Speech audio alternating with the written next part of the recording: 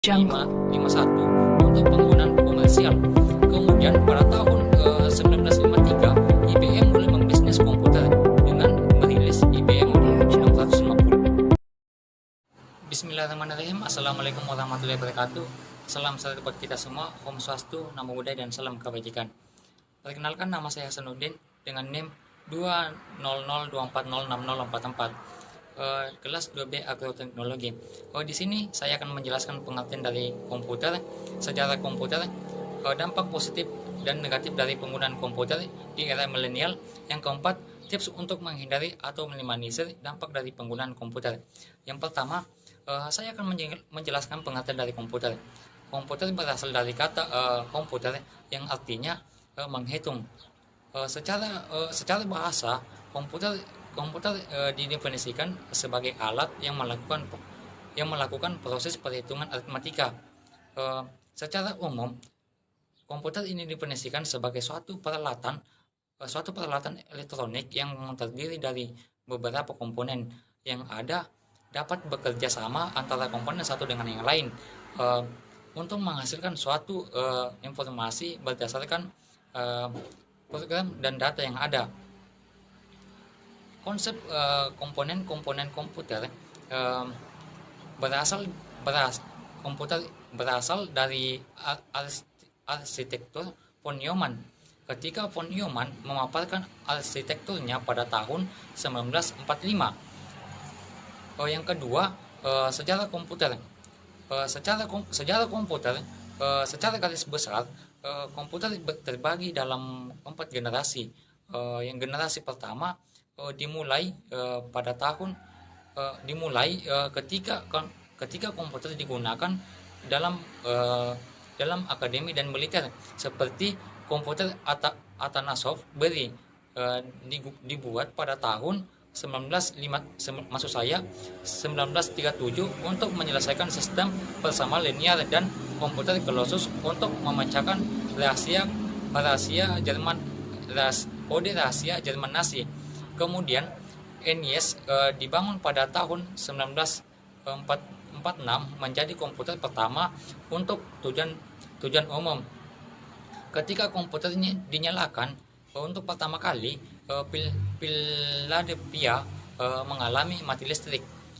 Komputer generasi ini menggunakan tabung vakum untuk menyimpan data dan ukurannya memakan satu ruangan. Generasi kedua dimulai ketika transistor menggantikan tabung vakum. Univac diperkenalkan ke publik pada tahun 1951 untuk penggunaan komersial. Kemudian pada tahun 1953 IBM mulai membisnis komputer dengan merilis IBM 650, IBM 700. Berbagai bahasa program mulai dikembangkan dan komputer mulai memiliki memori dan sistem operasi. Yang ketiga, generasi ketiga dimulai ketika transistor meningkat menjadi sirkuit terpadu. Komputer mini dalam inovasi yang signifikan dalam generasi ini dan mempengaruhi generasi komputer selanjutnya.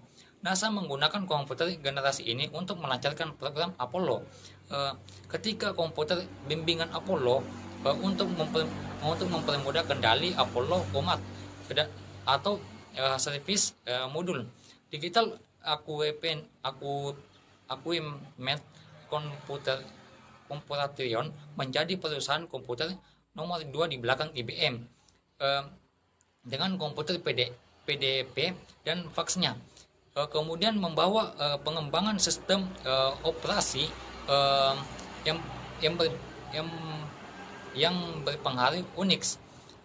Yang selanjutnya, generasi keempat dimulai pada tahun 1970-an ketika penemuan MOSFET dan integrasi berskala besar selanjutnya membawa ke pengembangan microprosesor di awal 1970-an. Kemudian komputer pribadi yang semakin kecil berkat microprosesor mulai berkembang, dimulai dari komputer rumahan, dan komputer meja. Teknologi selanjutnya adalah laptop dan ponsel cerdas yang sangat fenomenal, membawa berbagai perusahaan teknologi ke dalam perang paten atas ponsel cerdas. Yang ketiga, dampak positif dari penggunaan komputer. Yang pertama, dapat membantu dalam proses pembelajaran. Yang kedua, membantu mengakses informasi dari luar. Yang ketiga, sarana berbagi file. Dampak dari penggunaan komputer. Yang pertama, kemajuan teknologi komunikasi yang ada sekarang justru menurunkan semangat juang bagi para pelajar, dikarenakan segala terasa mudah. Banyak murid yang hanya murni melakukan copy paste dalam mengerjakan tugas-tugas yang diberikan guru maupun dosen. Di samping itu juga kebudayaan yang kedua, di samping itu juga kebudayaan juga menghilang, dikarenakan generasi kita ini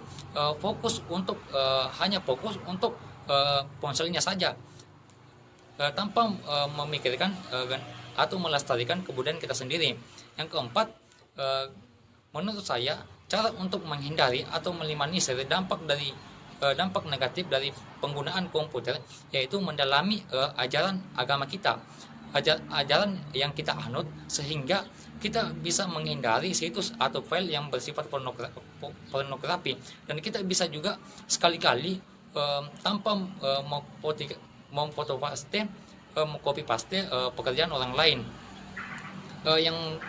Dan saran saya, kita juga bisa mengatur waktu untuk penggunaan komputer. Sekian dari saya. Assalamualaikum warahmatullahi wabarakatuh.